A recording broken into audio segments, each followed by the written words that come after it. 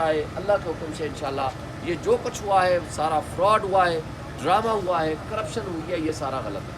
अब एक बात और कही जाती है आजकल,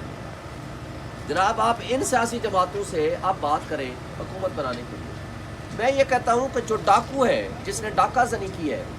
क्योंकि कच्चे के डाकू तो आपको पता है बड़े गैरतमंद होते हैं ना, वो मुंह छुपाते हैं, जाकर जंगलों में फिरते हैं। आजकल जो पक्के के डाकू हैं, जो कठपुतली अपने आप को एमएनए कहते हैं, वो सरेआम फिरते हैं।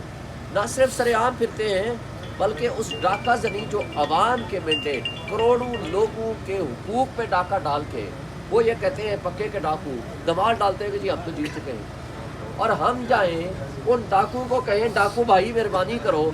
हमें भी ये 2-4 सीटें हमें दे दो खैरात के तौर पर। मैं उनसे सवाल करता हूँ जो ये हमसे पूछते हैं कि आप इनके साथ बैठ के बातचीत क्यों नहीं करते, हुकूमत क्यों नहीं बनाते। क्या डाकुओं से बात करना क्या